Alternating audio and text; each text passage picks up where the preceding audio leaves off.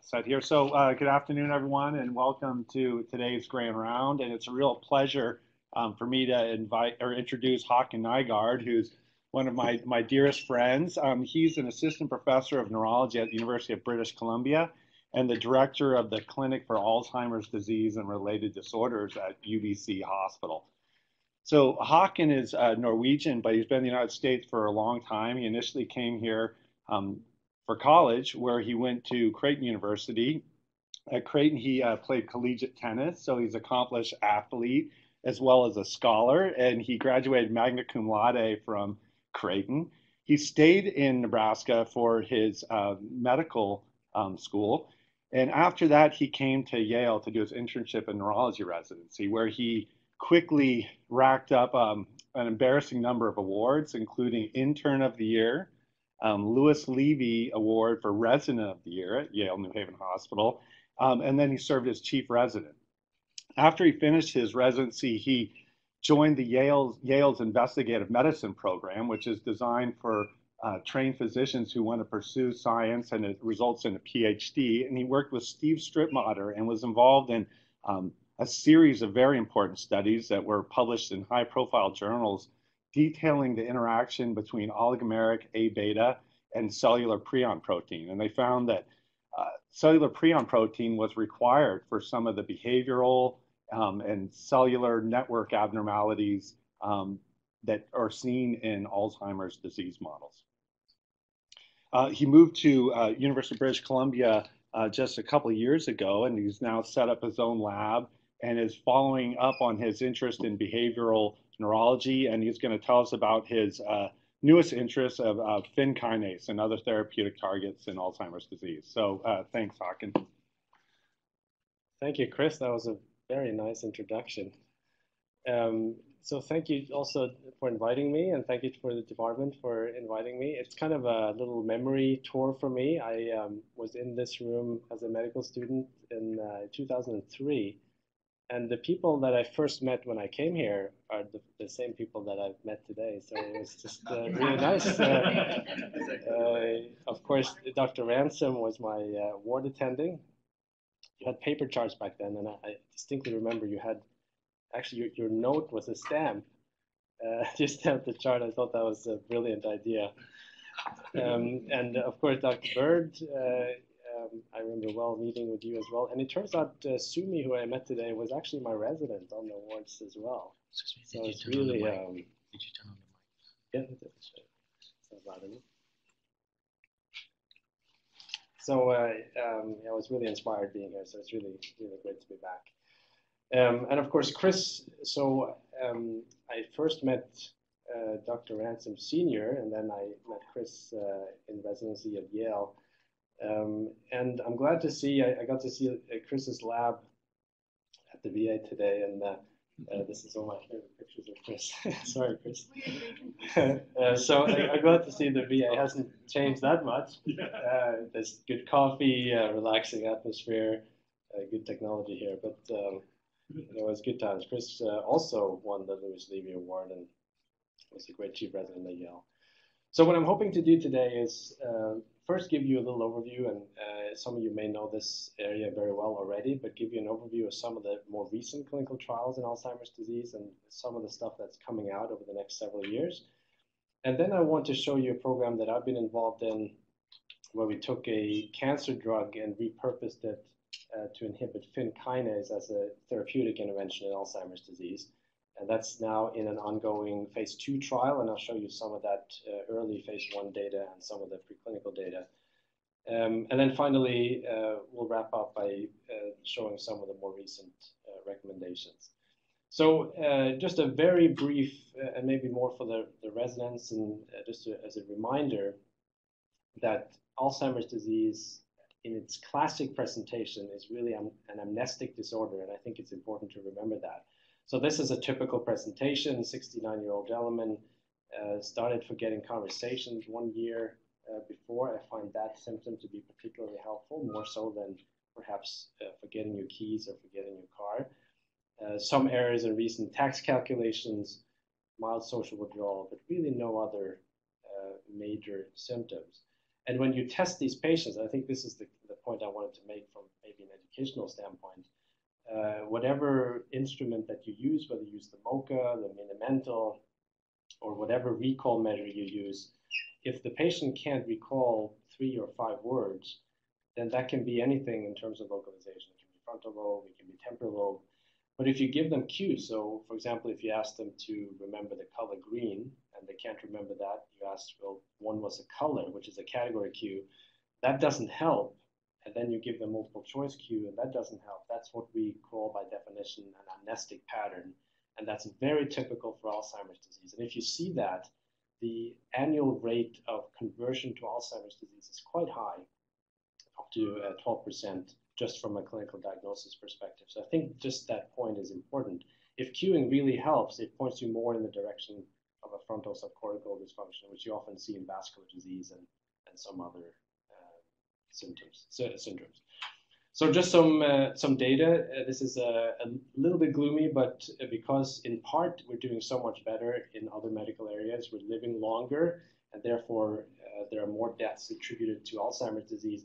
There is some hope in all of this, though. This is a paper that was published about a month ago now, which indicates from the Framingham heart study that over the last 20 years, there's actually been a reduction in the incidence and prevalence of Alzheimer's disease. But sort of paradoxically, the number of people who have the disease is still climbing at a high rate. And that's simply because people are living longer lives. But we're doing something right, but only if you have a high school education or better. So I think everyone in this room is probably okay. But it turns out that that benefit, that reduction we've seen in the last 20 years, only applies if you have a high school education, kind of highlighting how important perhaps cognitive reserve and some of the other issues related to education plays. And before I mention some of the trials we have seen in the last 5 or 10 years, keep in mind that this idea of a cure of Alzheimer's disease is in some ways perhaps falling out of favor a bit. I think that there's more enthusiasm towards prevention.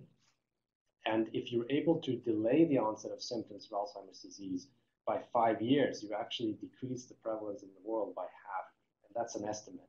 But it just shows you that maybe we shouldn't be aiming for a cure. Maybe we should aim for simply moving the onset of symptoms later on in life. So what have we learned from our patients? And in the end, the way therapeutic discovery has gone in Alzheimer's and many other conditions is that you see something in patients, you take it back to the lab, and then you interrogate that and you take it back into the patient. So what have we learned? And one of the things that we have seen, of course, Dr. Bird was a key player in this, is that mutations in 3 autosomal dominant genes cause Alzheimer's disease. And they all affect beta amyloid in some way or the other, which has implicated, at least from a genetic standpoint, that amyloid is very important in the pathogenesis. There was a relatively recent publication that a mutation in APP, the amyloid precursor protein, can be protective, again, suggesting that the amyloid pathway is important.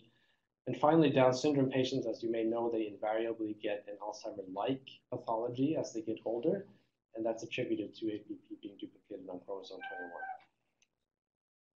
So we also learn other things, and this is data, and mind you, this is a theoretical framework at this point, although there's some data coming out from the trials that corroborate this. But it turns out if you look at someone who has Alzheimer's disease and you're able to look back in time, you see amyloid in the brain up to 30 years before you see any clinical symptoms. So this is probably around here where someone will typically come to medical attention. And if you're able to look back, it starts way earlier.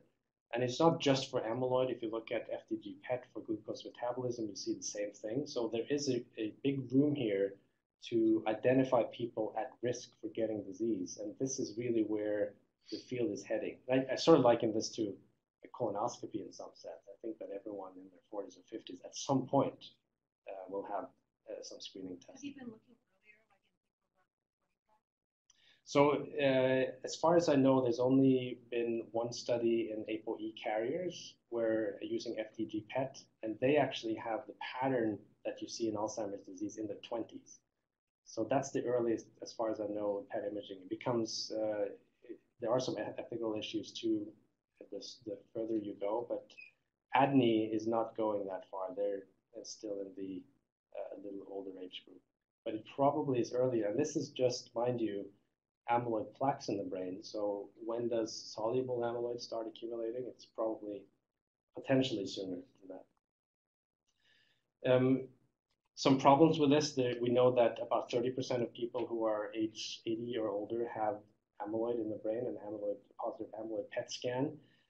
I was at a relatively recent meeting with Paul Asen, who's the former head of ADCS, who's now the head of ATRI.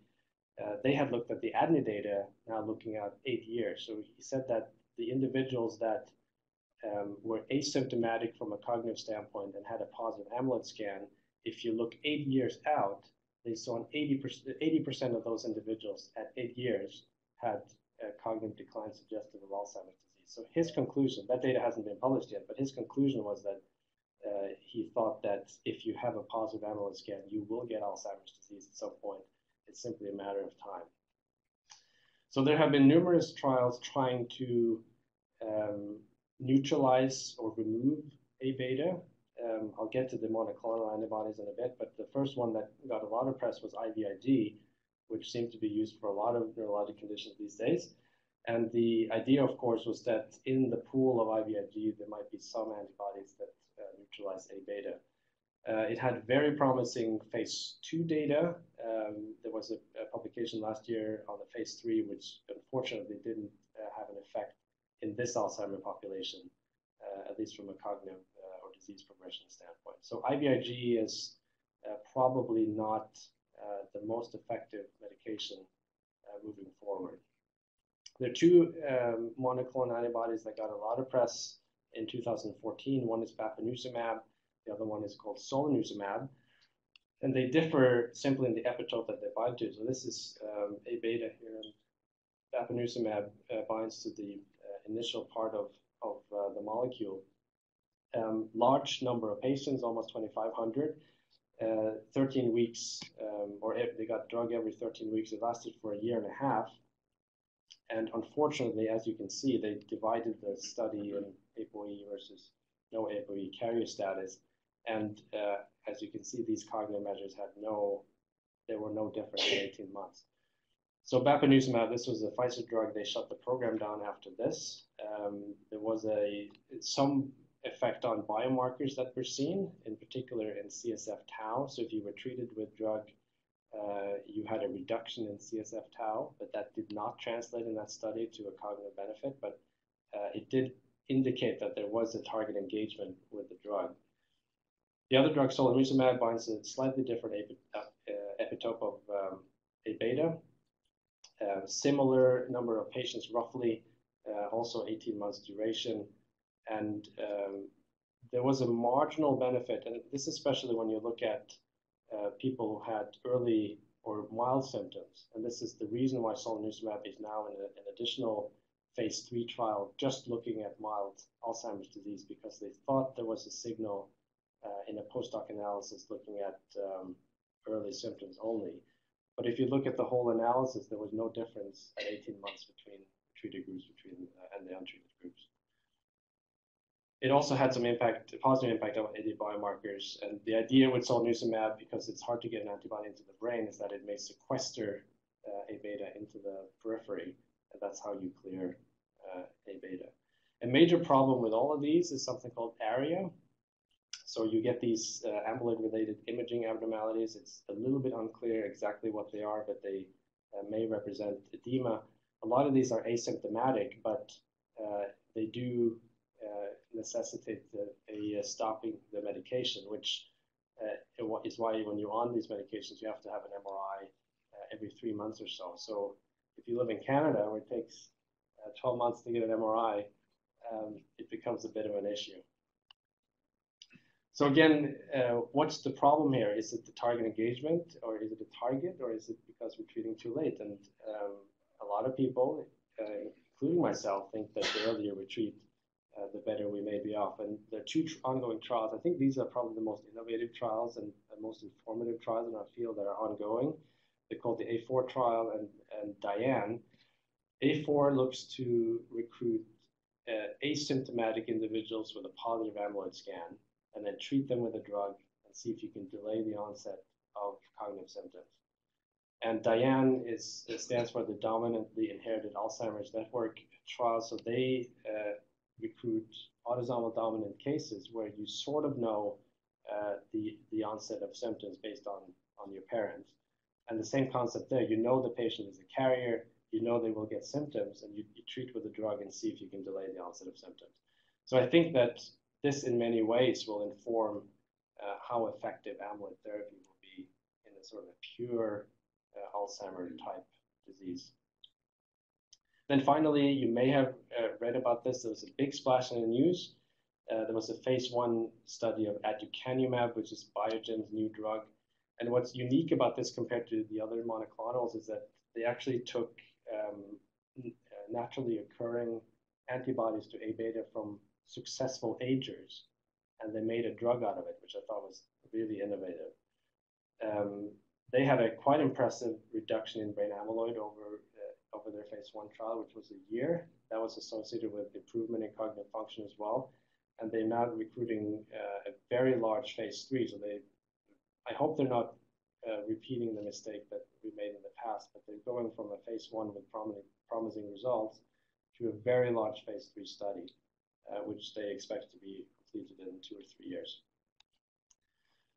So that's amyloid. What are some other things that we have learned? So inflammation is a big topic, and one thing that has come up is it's unclear whether inflammation is a good thing or if it's detrimental. And this is data that just some preliminary data we have from my lab, but it's based on work from Jaime Grusslander's lab at Yale, where they show that if you have a plaque, and the plaque here is stained with blue, and the microglia are stained here with green, if you have a plaque, they're covered with microglia. And in his paper, and this was in animals, show that there was a little gap, and the red hair are dystrophic neurites. You only see dystrophic neurites in the area where there's no microglia. And you also only see the addition of amyloid onto the plaque. So the growing plaque happens where there's a gap in the microglial coverage. So his work suggested that this is actually a protective mechanism, that you're trying to shield the amyloid plaque from growing. And this is from human patients, it suggests that the same pattern is present, but of course we don't know whether it's pathologic or not. But it does bring up the question whether treating with anti-inflammatories, which has been tried and has not worked, and what type of anti-inflammatory you use will be important moving forward. So metabolism is something that we know for a long time, for decades. And if you look at someone with Alzheimer's disease, again, the earliest that has been studied is ApoE carriers in their 20s. They have this hypometabolism pattern in the parietal lobe, temporal lobe, and the posterior cingulate. And what is the problem? Some have hypothesized that this is a type 3 diabetes of the brain, so it's a glucose uptake problem. And that's the basis largely for an ongoing study called the SNF trial, which is intranasal insulin to treat Alzheimer's disease. And I'll show you some preliminary data from that. Another approach to trying to bypass this problem is to use ketones, which is also an alternative fuel for the brain. And there are some ongoing trials for this. This is Dr. Kraft's phase 2 study using intranasal insulin. And this is looking at, again, hypometabolism here indicated in red. And you see how hypometabolism is reduced in a concentration-dependent manner with intranasal insulin. This was a relatively small study. I think there were 30 patients or so in the study, but it was also associated with a benefit from a cognitive standpoint. So this is now in a phase 3 study, and we'll be seeing those results shortly. Vascular disease, of course, is a big risk. I mentioned that there has been a 44% reduction over the last 20 years. But again, it's only if you have a high school education, but it also correlates very tightly with vascular risk factors. And what's interesting is, if you look at these perivascular areas here, it turns out that those patients who are always excluded from Alzheimer trials, they are the ones who probably have the highest risk of amyloid. So it's not clear that we're treating or selecting the right patients for these clinical trials. And this is something that we'll likely see more of moving forward as imaging becomes more prominent. Can I ask a question on education? So about high school education, do you have like grad school education? Is there extra reserve? So the You can repeat the question. yes, the question is if you have a grad school or more education, is more better beyond the high school. So as far as I know, the data from the Framingham was that above high school had an equivalent reduction in the incidence, but below there was a dramatic or there was no change. But the key though is that, just to go back to this slide, it coincides with vascular risk, although if you select that out, it still is an independent factor. But being on aspirin, blood pressure control, cholesterol control, those things are very closely correlated with your degree of education. So this was just to mention a few other in relation to sort of lifestyle. This is the finger study, and what was unique about this is that it was a sort of a lifestyle intervention to see if you can improve cognitive function in older individuals at risk. And they, based on these scores, and you can see here too, it's heavily weighted towards vascular risk. And if you try to mitigate those, you can at least hypothetically reduce your risk of dementia. Although that question hasn't quite been answered yet, but what has been answered over a 2-year period, your executive function, which is not unique to this study. There have been other exercise studies too suggesting that the frontal lobe and executive function is modified by exercise. But it seems to have a very beneficial effect on some of these cognitive domains, including processing speed. So you can think of those things as being quite beneficial in many patients, especially perhaps vascular disease, Parkinson's disease, dementia, or frontotemporal dementia. Didn't have much impact on the memory from this intervention perspective. And then finally, some of the most perhaps exciting finding, I think, in the last 2 or 3 years. This was an initial study correlating amyloid in the brain and the amount of sleep you get. So I always like to remind the residents of this. So if you get more than 7, so by the way, red is, it's more amyloid. So more than 7 hours, it looks pretty good. Between 6 and 7, there's definitely a change, and less than 6 hours, you have much more amyloid. So this doesn't. That he said? This doesn't tell you whether it's what came first. Is it sleep that causes amyloid, or is it amyloid that disrupts sleep? But here's some data from Nygaard's work, which you may be familiar with, and this is in a rodent. So when you sleep, it expands the interstitial space, and this has been dubbed the lymphatic system.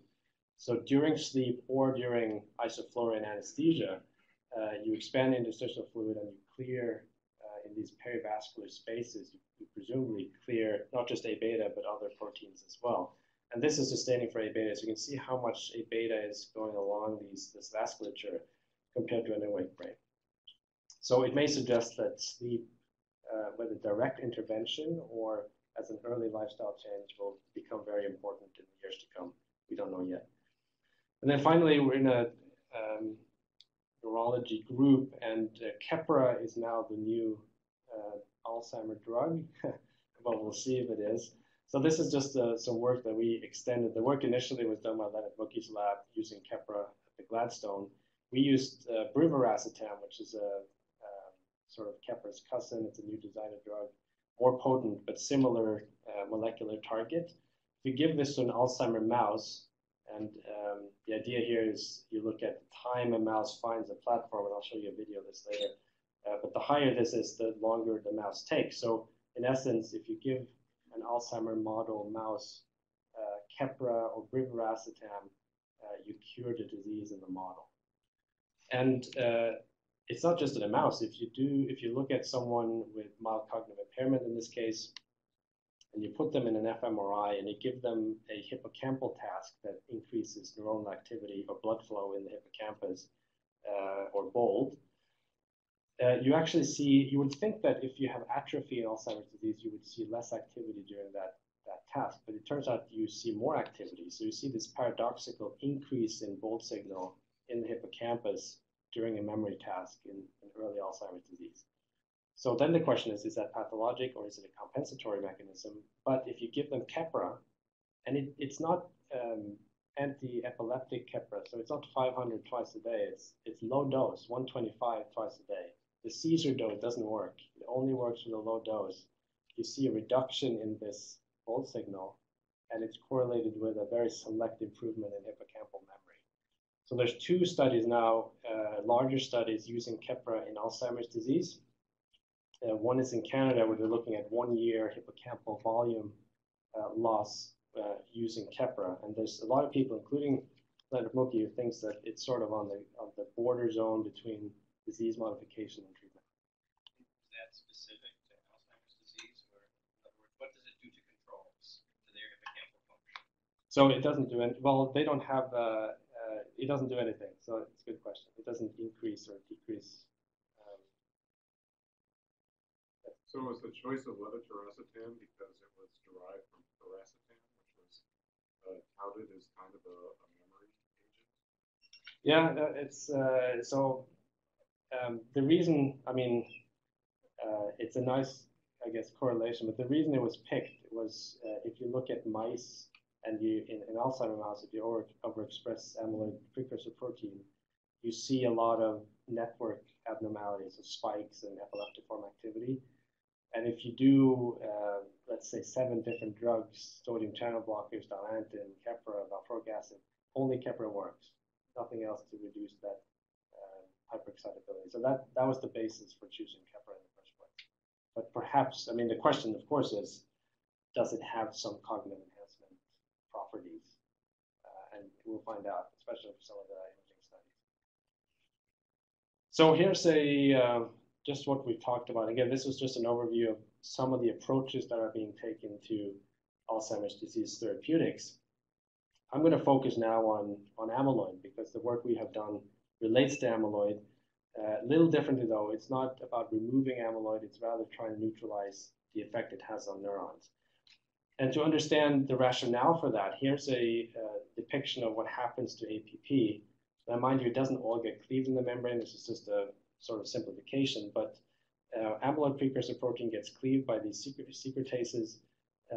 You then first get a monomer, and that assembles into a dimer, a trimer, a 100-mer, which are all called oligomers. And the key part of an oligomer is that they're soluble A beta on their way to becoming an amyloid plaque. And there's some sort of equilibrium between a plaque and oligomers. Now, in the last decade, and this has maybe been one of the biggest shifts in the field, there was most focus on amyloid plaques, but the field has sort of shifted towards more soluble species. It's similar to that end in prion disease, where there's a more focus now on soluble prion species rather than the prion plaques. So we focused on these, and if you take soluble A beta and you put it on a neuronal culture, you see these very punctate dendritic binding pattern, which, we're certainly not the first group that has shown that, but this has been fairly consistent among different groups. And it has to be a very specific assembly of A beta. So if you just take monomers, it doesn't bind. So this is monomers on the same neuronal culture. So it's very conformation-specific binding to neurons. What order of oligomerization would this be in the range? So that's the million-dollar question. As far as we know, this is. And Haakon, I want to remind you to repeat the question because your adoring audience video can't hear the questions. So essentially, what type of oligomer is this? I can say for certain it's not a dimer or a trimer, which has been proposed before to be the pathologic species. As far as we can tell, it's probably a 50-mer, so 500 kD species, so it's a large oligomer. But then, as you know, there have been several distinct oligomeric species that have been brought forward as being potentially the most pathologic. It wasn't any of those. So we wanted to find, and this was a project that had started already with Steve Strittmatter when I joined the lab. And the idea was trying to find a receptor that mediates that binding to neurons and whether that receptor has a functional relevance to the disease. So I'm going to cut a very long story a bit short. We took, or Steve took in his postdoc at the time, the full cDNA library of a mouse, so 225,000 clones, using an expression cloning technique. So essentially think of this as, at least the way I like to think of it, is think of you have 225,000 individual dishes and you express a single gene in each of those dishes in a cell type that doesn't naturally express that gene. And then you apply A beta and you see if it binds to any of those dishes. And if it binds, that means that the protein that you just expressed mediates the binding.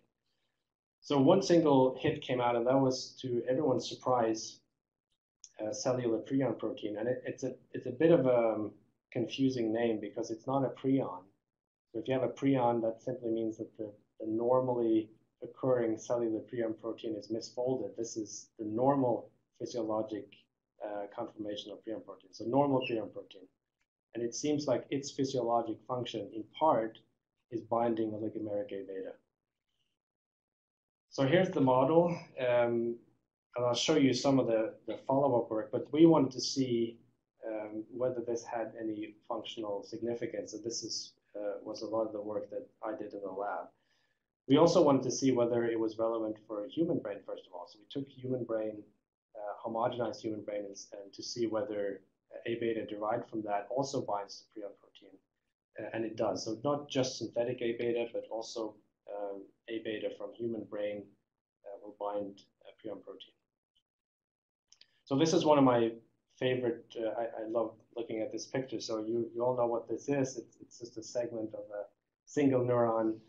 You're looking at dendritic spines here, which of course are the single contact points between two neurons. And really, those contact points are sort of what makes us unique in who we are. So to me, it's just a fascinating picture to look at. But what you can do with this is you can look at that neuron over a definitive time. So if you look at it for 5 hours, for example, you can follow individual dendritic spines and see what happens to them. And in this case, if you add A beta, you can see that these guys here have disappeared after 5 hours. They're gone. So the question then is, does that happen if you remove prion protein, take cells from a prion knockout? And the answer is it doesn't have the same effect. So there are no arrows here, but every single dendrite that's seen in a prion knockout culture after adding beta amyloid, it's still there. So it seems to, from an in vitro perspective and a synaptotoxic perspective, that prion protein was very important. Can I interrupt again? Could you tell us what you know about the form of that A beta in that experiment? Yeah, so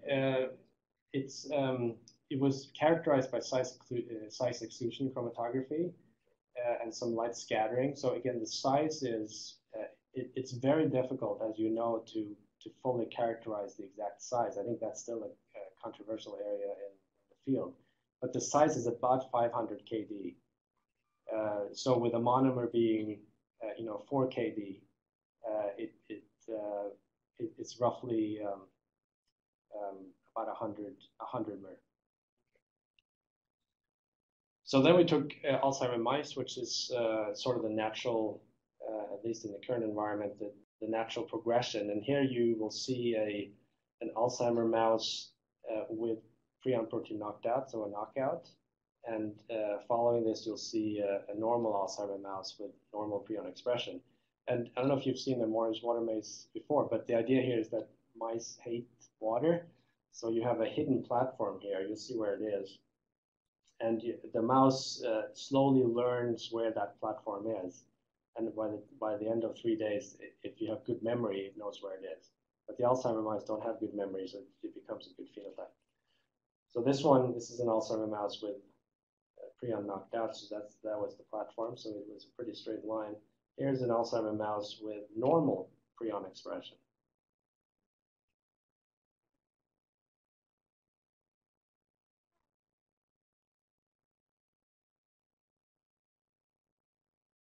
So it eventually finds the platform, but obviously there's a big difference.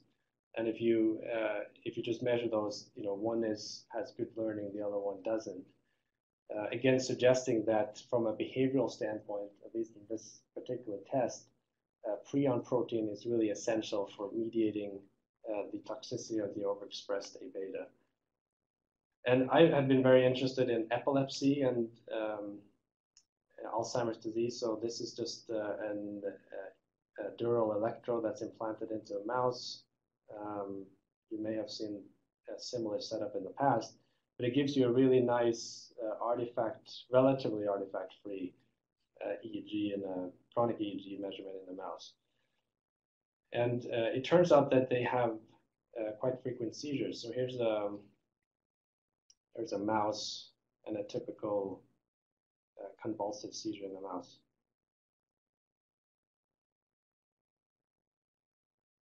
So it's not quite as dramatic as a person, but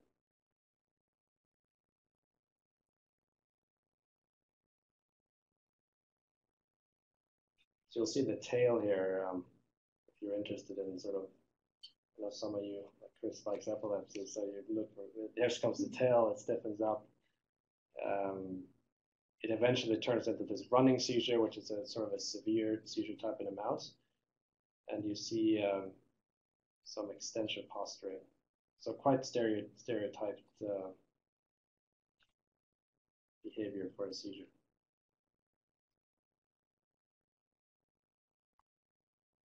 So if you graph this, we saw lots of abnormal epileptiform activity. There was, this is just an example of a seizure, lasts for about a minute. We saw several other phenotypes.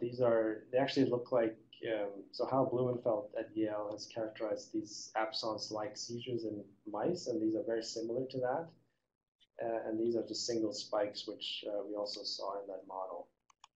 And if you just graph some of these, if you graph the seizures, you can't really see all the colors here, but of course in the wild-type mouse you don't have any seizures.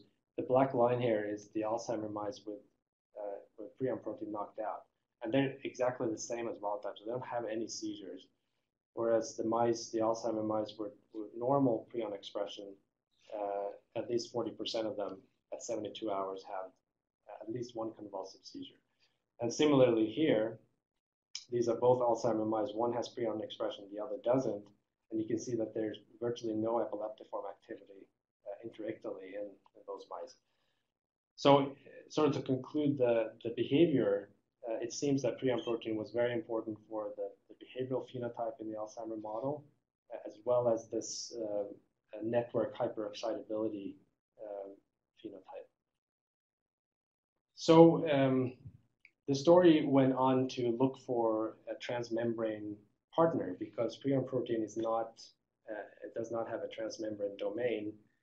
And I won't show you this data, but this just depicts what we found, completing the model. So oligomers bind to PRP. We found a very strong interaction between PRP and mGluR5. And of course, mGluR5 is a transmembrane protein, and it links up with FIN.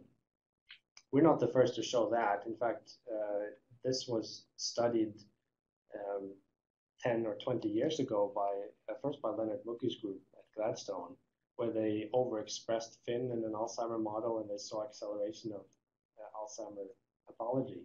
But it was never quite followed up in terms of a therapeutic target. But here it is again, and this time it's sort of in a well-defined signaling pathway where it links to A beta, and I'll show you how it may link to other pathologies as well. So what does FIN do from a physiologic standpoint?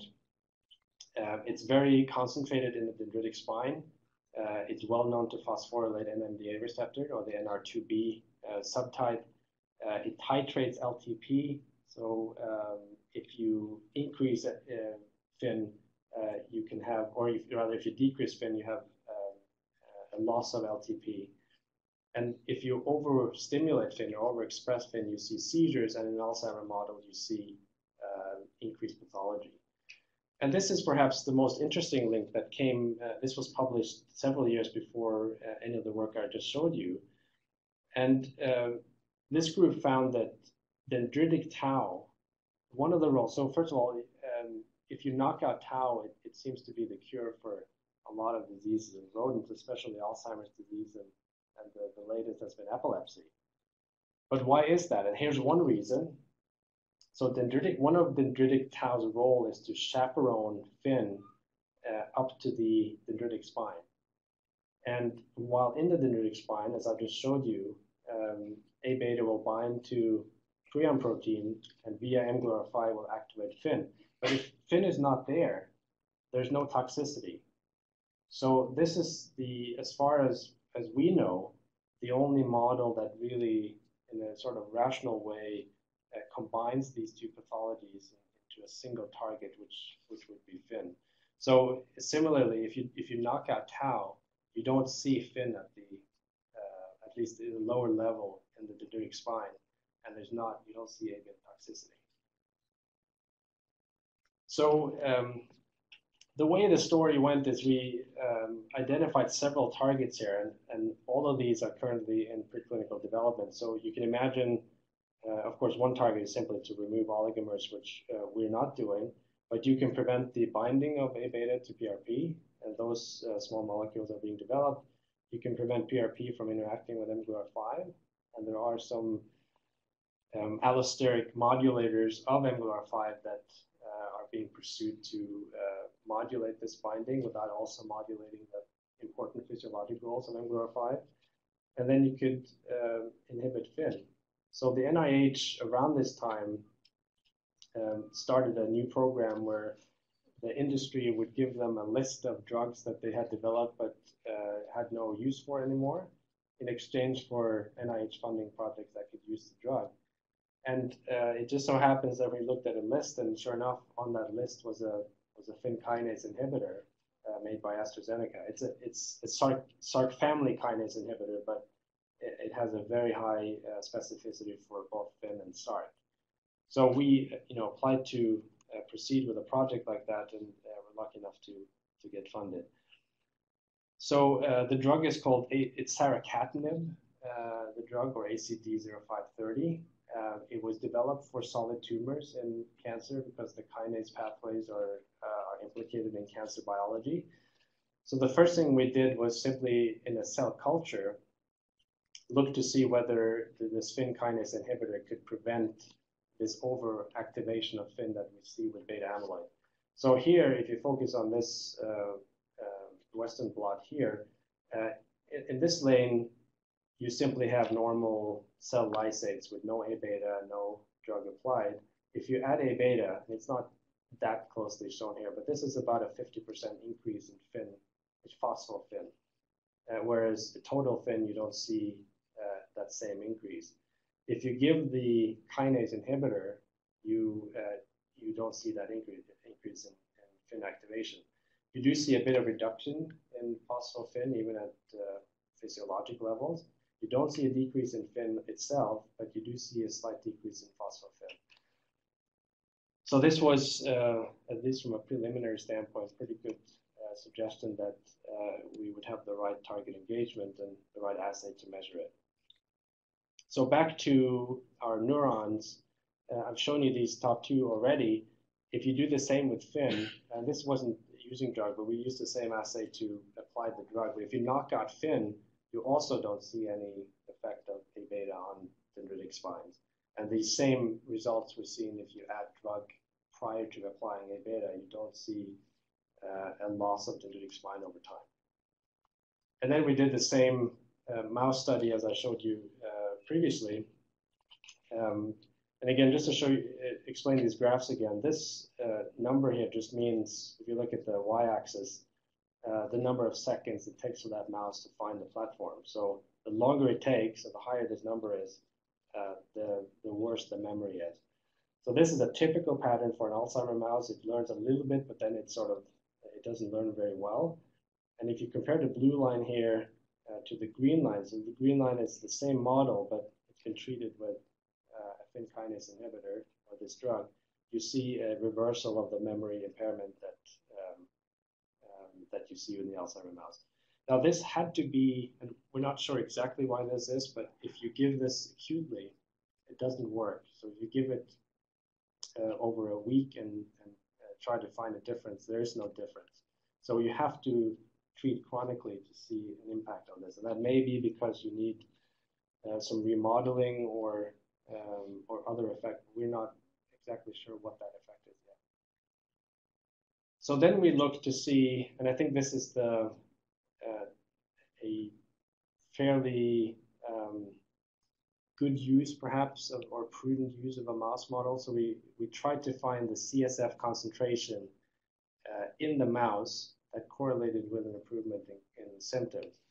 And this is what we found. There's a bit of obviously the error bars are relatively wide, but the target here became 10 nanomolar.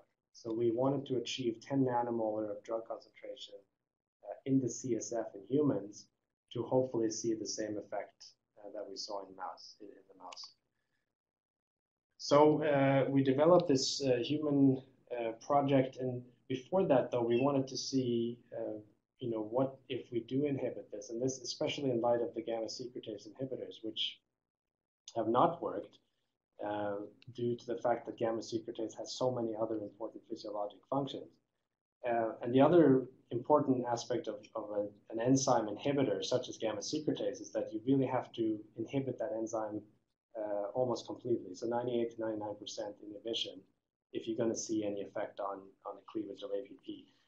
So obviously, Finn, if you look at this, you'd say, oh, this is a terrible target because it has so many important functions. But the idea here is we don't want to inhibit Finn completely. We simply want to try to reduce the overactivation of Finn that we see in the preclinical model. So we don't think that the impact in terms of side effects in light of these functions will be as bad as it would be if you increase the concentration. So this is not the most exciting slide, but I was kind of new to the world of preclinical or translational medicine, and as you all may know, in order to go from a mouse to a human, you need a dog in between. So this is the dog study.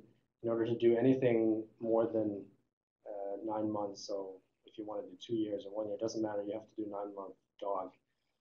So in the dog, the presumed doses that we want to use were well tolerated.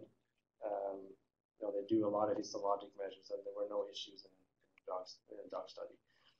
So we completed the phase 1 study last year. We enrolled 24 patients in an escalating dose, randomized. They got 50, 100, and 125 milligrams of the drug in each cohort, 6 treatment patients, 2 placebo.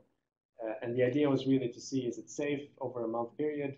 Does it get into the CSF? And the most important question other than safety was whether we can achieve the target drug concentration that we saw in the mouse model. And then we wanted to do some preliminary measurements of FTG PET, which is the primary outcome measure in the phase 2 study. So you see a fairly uniform decrease in glucose metabolism in Alzheimer's disease early on. And you can use that to potentially as an outcome measure if you can slow that progression of glucose metabolism. So here's just the total of side effects. One thing I want to point out that was also a bit surprising to me is even in a small study like this, it's amazing how many of the placebo patients, in fact in this case more than the others, had side effects. So this goes to show that you really don't know until you're unblind. But it was relatively well tolerated. It was clear that in the higher group, there was a trend, it's a small study, it's a trend towards more side effects, but that's being monitored, of course, in the larger study. And this is just the various cognitive outcome measures that we used, and it's a busy schedule or a busy table, but none of them, and these are kind of standard cognitive measures in Alzheimer trials, they didn't have, as we would expect over the month period, any impact. Some people have asked, well, this is pretty close with the NPI, the neuropsychiatric inventory, did they actually get worse? But I think that it's really difficult to say, given the fact that the patient number is very small. So what dose in the CSF did we achieve? So here's again is the target from the mouse studies, and you can see in the different doses we get close to the target once we're up to 125. You see some variability here, probably in part because this one had some compliance issues, but there may be some metabolism variability within patients as well. But it became very clear that this is really the target dose. So the way we've designed the trial is that everyone starts on 100, and then they get a blood level after 2 weeks to see where they are on this spectrum, because there was a fairly good correlation between plasma and CSF. And if they're on the low side, they get bumped to 125. If they're sort of in the range, they stay on the dose to try to minimize some of the expected increased side effects in the 125 group. And then we did have a peripheral target engagement. It turns out that if you inhibit Fyn kinase, it's a really good drug for osteoporosis. So you can use this osteoclast inhibition assay to get some peripheral target engagement measurements. And it turns out this is not a true dose dependence, but it's clear that in the 100 to 125 doses, you see a decrease in this collagen fragment, indicating that at least from a peripheral standpoint, you have clear evidence of target engagement. And then finally, in exploratory efficacy measure, this is what we're doing for the phase 2 trial. And I want to start off by saying that this is not significant, but I'd like to show it because it kind of showed the right trend in the right areas. So in the posterior cingulate, where you often see early hypometabolism in Alzheimer's disease, if you combine the highest dose groups, that's where we saw a trend towards a decrease in slowing, if you will, or a slight increase in glucose metabolism compared to the placebo or the early dose. So we'll see if this pans out in the larger trial, but I'd like to see it just as a sort of hope that it might happen in the phase 2.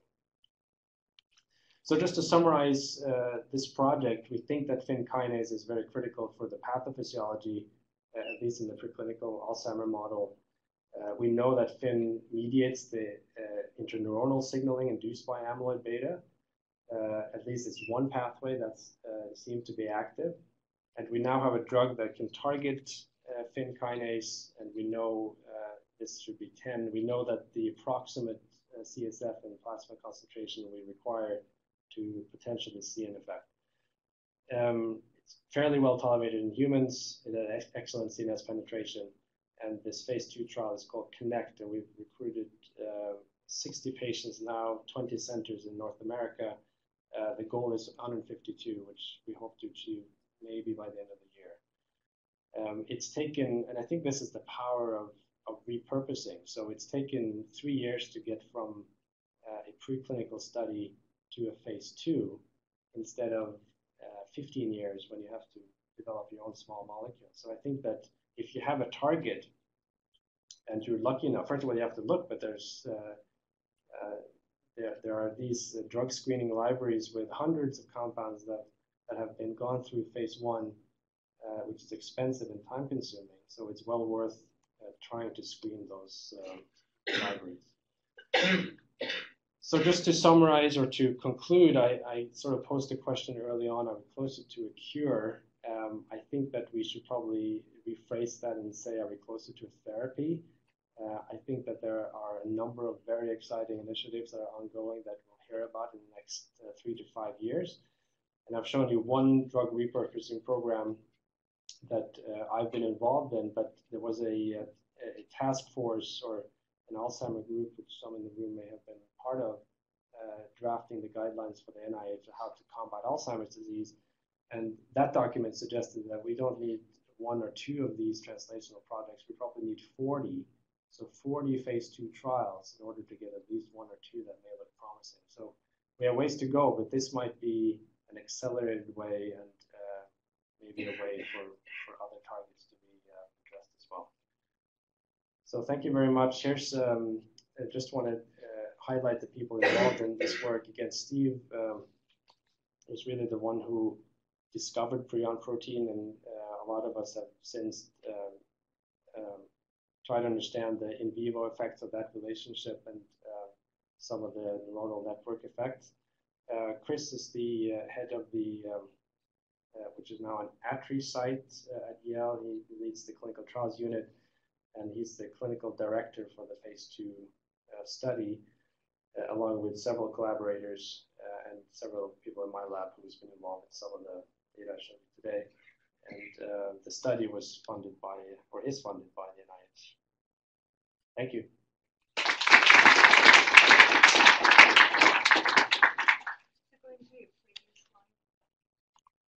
This one. Exploratory therapy.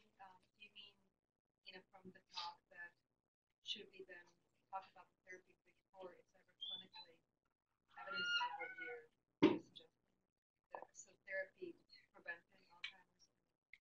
I think that's probably the most effective strategy. Oh, sorry. Yeah, the question was, when we talk about therapy, does it mean therapy before you have clinical symptoms, or what along the spectrum of symptoms would you start? I'd say the most effective therapy I would predict is if you can identify those early on before your amyloid has plateaued. But there is evidence that some of these interventions, and we talked a little bit earlier today about study using exercise and other modalities, that you may be able to cope with your symptoms longer than you otherwise would. So I would say it's both, but I do think that the earlier we start, and it's probably not just for Alzheimer's, but I think it's for almost any disease, the earlier you can start treatment before this pathologic cascade moves on, the better the results will be. As you know, we see at autopsy a significant number of individuals with lots of beta amyloid who are cognitively normal. It's interesting to know if maybe they have a polymorphic variant of thin kinase. Nowadays, there's some improvements in getting a paraffin-embedded form of fixed stuff and doing sequencing, targeted sequencing. Or maybe prion protein. Well, right. There are lots of candidates. It'll be interesting to look at those people, escapees. Actually, my colleague Larry Loeb, his group has pioneered duplex sequencing, which has about a 50,000-fold decrease in error rate. Very high fidelity. They have barcodes on both strands of the DNA. But they're exploring now over fixed paraffin. So isn't this a disconnect? I have trouble getting these two facts straight. One is, if you do your PET scans, people have amyloid, and you follow them for 8 years, the vast majority of them have developed some kind of cognitive decline. If you follow them for 10 years, maybe it'll be 90%. Whereas George tells us that there are lots in quotes of pathology of people who have a lot of amyloid in their brains, and they were cognitively normal. So that seems to me to be a disconnect. Yeah. So the comment was, is there a disconnect between the observation that there's a lot of amyloid at autopsy from individuals that are cognitively normal? So I agree. I think and that is very controversial in the field. Many people believe that amyloid is not sufficient. It's necessary, but not sufficient. You have to have another hit. But the other argument is that it depends on a few factors. One is when your amyloid buildup begins. So if it begins in your 20s, then perhaps you get symptoms earlier than someone who have built up in their 40s. And it's hard to go back and understand when that may have happened. And the other is some people may tolerate higher levels of A beta because of various issues such as cognitive reserve or education level. So the argument, though, is that those individuals that you're describing died before they got Alzheimer's. That's the argument. I don't know if it's true, but that would be the argument. So we don't know. The imaging has only been available for about 8 years or so now, I think. So we'll find the answer to that, I'm sure, but it's controversial. So maybe tau imaging will help. So ADNI-3, which was just funded, incorporates tau imaging, which is now ongoing. I'm not sure if you may be doing it here as well. Not sure. Certainly. So I think there are more questions. Dr. Ransom? So that was a great talk, Haakon. Thank you. So why mGluR5? I mean, cellular prion protein only interact with mGluR5, or are there other G protein couple receptors that cellular prion protein is interacting with and modulating? It probably, so it also interacts, there have been several studies before we ever studied prion protein suggesting it interacts with NMDA receptors as well, and R2B directly. So our data came from simply a screen of cell surface or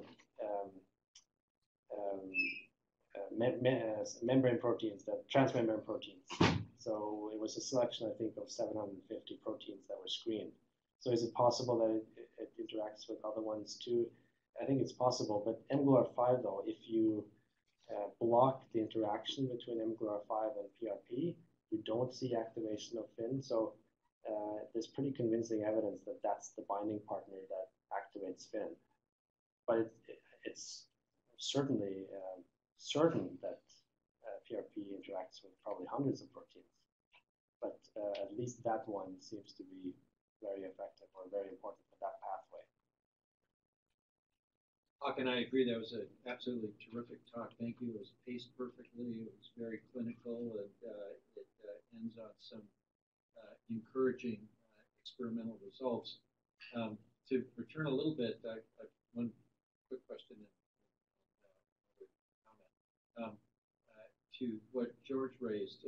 I'm wondering if the people that really are resistant to, or healthy agers into very late stages of life, and perhaps without having any beta amyloid deposits, could they have some sort of a genetic variation of prion protein? That strikes me as an interesting target, possibly.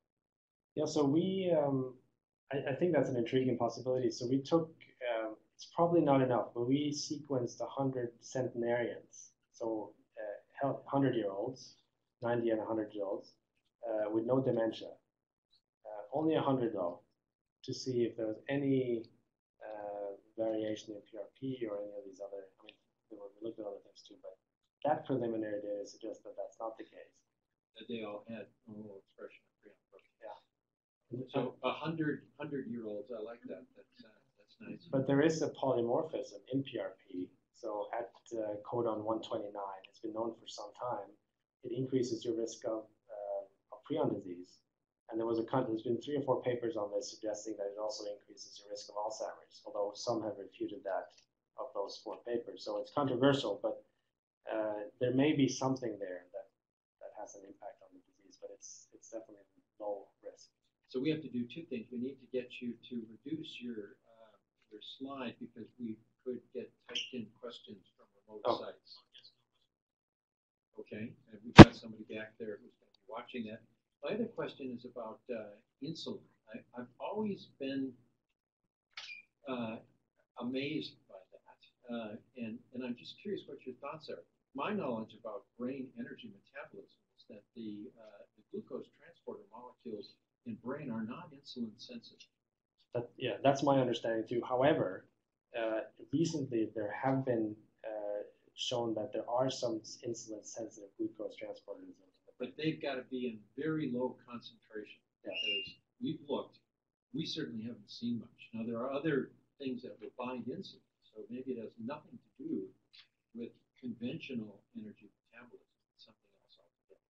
That's certainly possible. And insulin has an impact on various things, including A beta cleavage, and that's certainly possible. But my understanding, and you may know this better than me, but my understanding is that there is increased glucose uptake with insulin in the brain. And yeah, well, I mean, it gets complicated to sort out the effects on a greater transport gradient into the brain extracellular space. But the things that normally get it across could care less about insulin. They don't bind it, they don't change transport function. And there have been studies looking at some of the glucose transport in the brain. For example, there's been one suggesting that the actual transfer of glucose across the blood-brain barriers is impaired. And similarly, that the glucose transporter into neurons and glia, that's where the problem is, and they're not sensitive to insulin. So I think it's unclear. Did you look to see if your FIN kinase inhibitor treated mice were still having seizures? Yeah, we did actually. So, well, we didn't look for seizures, but we looked at epileptiform activity. And the drug that we use prevents that in that model as well. It's hard to do seizures because you have to do 24-hour recordings, and we didn't do that, but we did look at the spikes and the epileptiform stuff, and that's gone. A new anticonvulsant for you. Yeah. Years ago, there was some interest in approaching the A-beta problem by tackling the amyloid precursor protein. And in fact, a drug was developed that did this quite effectively. And the clinical trials were so badly butchered that we never hear about it anymore. I wonder if there has been a basic science approach to this that might have been designed better and more appropriately carried out to look at whether cutting off the supply of A-beta protein, precursor protein, might in fact have some bearing on the management of A-beta within. Yeah, I think it's an excellent comment. The only problem is, so APP knockouts have been studied quite well. The problem is that it seems to be so if you reduce it, you impair LTP, you impair memory, you have synaptic dysfunction. So it has sort of a dual relationship, which is why it's thought that APP and A-beta in particular actually has a physiologic role in synaptic function, and that when you have too much of it, it becomes a problem. But you can't remove it completely. At least you can't remove APP, at least in the mouse model, because then you get synaptic problems that's on top of whatever you might get from A-beta. Okay. Well, thanks, Haakon. Maybe I'm sure Dr. Nygaard will have to sit around for a few more questions.